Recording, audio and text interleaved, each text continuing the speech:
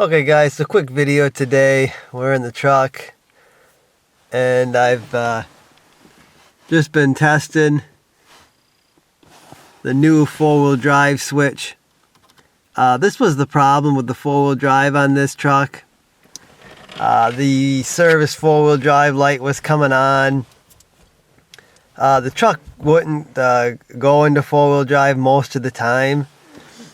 I noticed that the buttons on this switch were coming on sometimes and going out.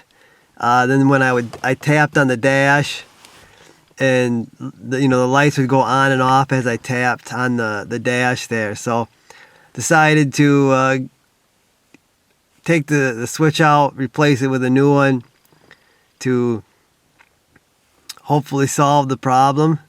And that was the problem. It goes into four-wheel drive, goes in and out anytime that I push the buttons.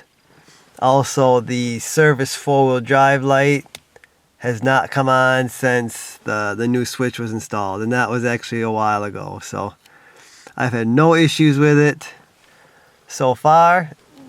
I think the circuit boards in these switches go bad.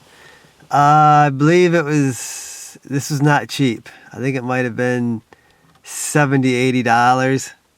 So definitely not a cheap fix, but when you need a new switch, you need a new switch. I think you can go into the old ones and fix the circuit boards, I'm guessing. There's just some joints or something that have broken. That's fairly common on the GM stuff. When something goes bad, it's usually the circuit boards and the joints on those. So I'm happy. I got four-wheel drive now. I can put my dash piece back in place here. I'm kind of sick of driving around with that off. So heat's fixed. Got more heat than I need, even when it's -11 out here. Four-wheel drive is fixed. So this is ready to be a plow truck. See you guys in the next one. Too much fun, what's that mean? It's like too much money. There's no such thing as like a girl too pretty with too much class. Being too lucky, a car too fast. No matter what they say I've done.